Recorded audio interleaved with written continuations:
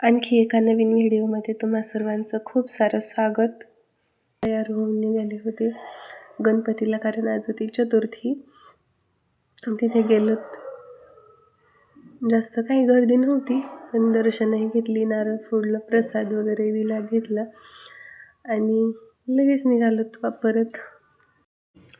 घरी परत येत असताना आणले होते भाजी करण्यासाठी मशरूम स्वच्छ धुवून कट करून घेतले आणि 2-3 कांदे छान तेलात भाजून घेतले. त्यात 2 टोमॅटो टाकले आणि ते मिक्सरला बारीक करून घेण्यासाठी मिक्सरच्या भांड्यात टाकले आणि कढईमध्ये तेल गरम केलं आणि त्यात तेजपत्ता, जिरे, 2-3 लवंगा आणि दालचिनी हे सगळं फोडणीत घातलं.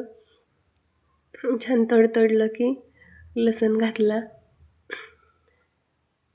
लसूण घातल्याच्या नंतर आपण जे कांदा आणि टोमॅटोची पेस्ट केली होती ती पण टाकली. छान असं तेलात ते भाजून घेतलं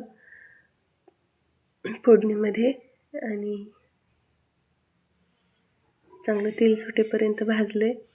त्यामध्ये हळद, लाल चटणी आणि गरम मसाला टाकला होता आणि तोही छान मिक्स करून घेतला आणि नंतर कट केलेले हे मशरूम टाकून घेतले आणि रस्सा तुम्हाला जसा घट्ट किंवा पातळ जसा पाहिजे तसं पाणी टाकून घ्यायचं आणि 10-15 मिनिट शिजून द्यायचं. त्याच्यामध्ये थोडंसं मीठ घातलं आणि शिजवून घेतली ती भाजी.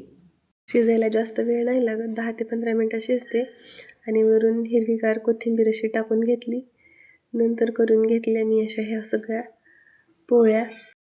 सगळा स्वयंपाक झाल्याच्या नंतर मी करून घेतली गणपतीची पूजा आणि आरतीसुद्धा केली. माझी पूजा वगैरे झाल्याच्या नंतर ती म्हणजे मला करायची आहे, माझी मुलगी आहे ती, आणि म्हटलं चल कर. आणि तिने केली आरती आणि मोदकसुद्धा ठेवले नैवेद्य म्हणून. आरती नैवेद्य हे ठेवल्याच्या नंतर मी बसले होते उपवास सोडण्यासाठी. मगाशी केलेली मशरूमची भाजी, पोळी आणि भात. उपवास सोडते आता. चला भेटू पुढच्या व्हिडिओमध्ये. बाय.